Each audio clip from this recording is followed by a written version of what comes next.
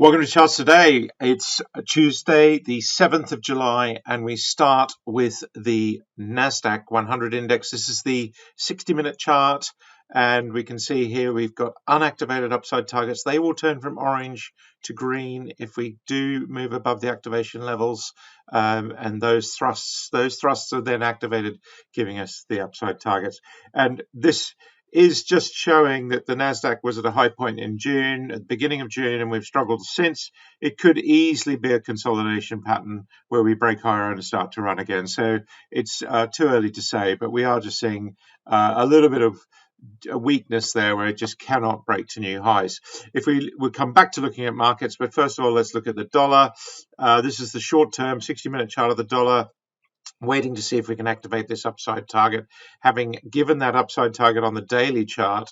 And then on the weekly chart, we are still below the cloud and a long way from activating a big upside target there when we do have a downside target hanging over us. So it's a very mixed picture there. That means that we are seeing other currencies generally improving a little bit, but we are seeing the yen deteriorating, and that 160 level is still failing. And we look at the chart there, it's 163, 161 basically, and we're in that range. In which way will we break?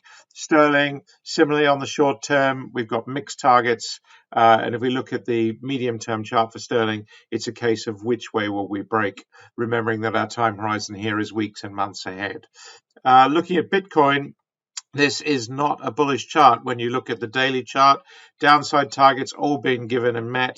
We are seeing a little bit of a recovery in prices as showing up on the short-term chart. If we break that 64,550 level, we would activate a target to 70,000, but that is counter trend. And if we look at the long-term chart for Bitcoin, we can see here that is still clearly bearish with a big downside target. Anything below 58,000 for Bitcoin is going to be really significant.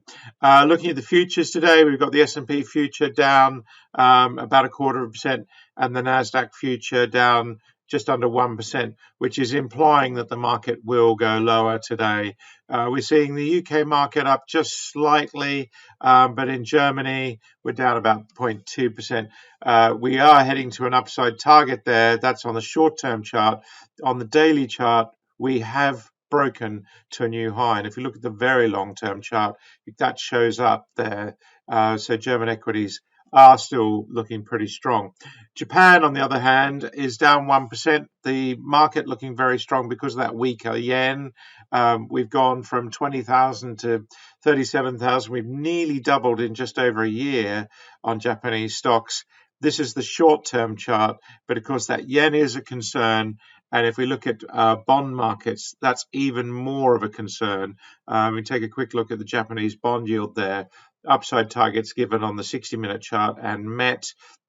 Looking at the daily chart, we can see here we're at 2.85%. Won't take much longer. If we break 3%, that is certainly going to set some alarm bells ringing in the bond markets. And if we look at US bond yields, we can see it's a bit of a mixed picture there as well, but the long-term picture is still one of move, consolidation. Will we move higher? And if we look at other bond markets like the UK 10-year, again, this is pretty worrying in that we are remaining elevated. We found a floor at 4.67%, but we are now rising again and breaking there in the short-term chart. So bonds still something to keep an eye on. Now, looking at some of the other markets, we saw Asia down quite significantly. We saw Japan down, Hang Seng down. The Shanghai Composite, the Hang Seng and the Shanghai Composite charts are not looking great realistically. If we look at the short-term chart there, you can see upside targets not being met. That's bearish confirmation, and downside targets now favored. The Sensex in India, a little bit of a recovery there, but realistically, that market is still looking pretty worrying. We have got an upside target that's been activated.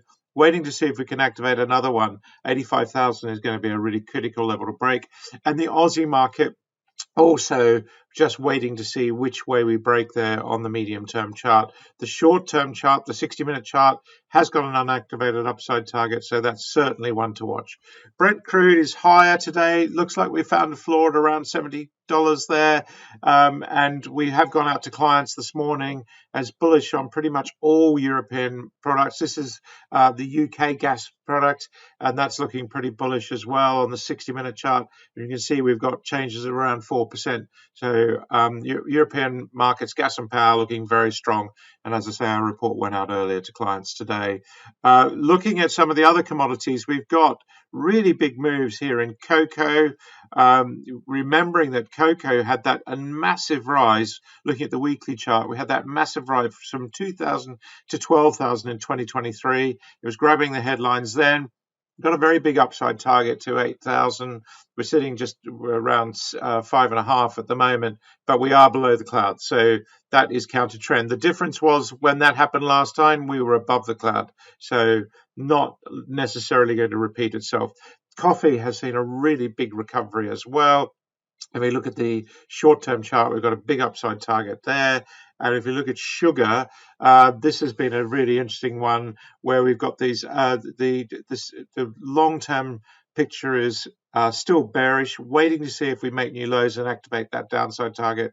Looking at the daily chart, we are just pushing higher there, and on the 60-minute, that's quite key as well. So then we go to wheat, and we can see here that we have got a downward thrust, but interesting, if we look at that short-term chart, we've really just moved very sharply there. Similarly with corn, a really big re-rating there. And if we go to gold, we're waiting to see if we can break that 4,200 level. We're seeing a little bit of a pullback there, as we are with silver down nearly 2% this morning. But this will be an interesting point. Is this a recovery? And if we look at gold on that daily chart, certainly that's going to be quite key.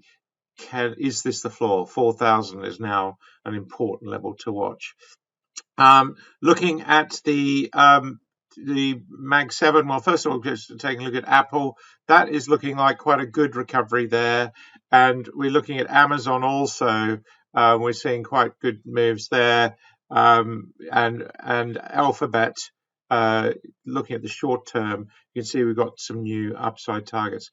SpaceX was down 1% yesterday. That 100 level, that 150 level, the IPO level, really quite key. I do watch these also in the 5-minute chart on TradingView. You can watch the targets there. And if we look at Microsoft, they announced big redundancies last night. Not enough to really make a massive difference to the price there. Really has been a fall from grace for Microsoft. Nvidia slightly up. Meta were quite strongly up, 3% higher, but really still a mixed picture. And Tesla regained a lot of that 7% fall. They were up 6.7% yesterday. So we've seen a real seesaw in prices there, but a very mixed picture for Tesla, as we're really sort of just in that really volatile consolidation phase. Quick look at the Dow. We saw Boeing was the best performer, up 3.5%. More stocks down than up. That's just a little bit of a your view of the market. We are seeing still some of the big chip makers, Western Digital, AMD, Packard. We're seeing some really big moves here. Fortnite have just given another new high and upside target, and Broadcom, lots of big moves there. And then last of all, we take a look at the UK market. Interestingly, if we rank this, we see that the best performance is amongst the poorer performers at the moment. So we can see here Relx, that has been a disastrous chart really, although they're up strongly this morning. Shell, again, London Stock Exchange did have a flurry with that bid talk, and Unilever and Ricket, Sage, we're seeing here as well is lower. So software hit globally really.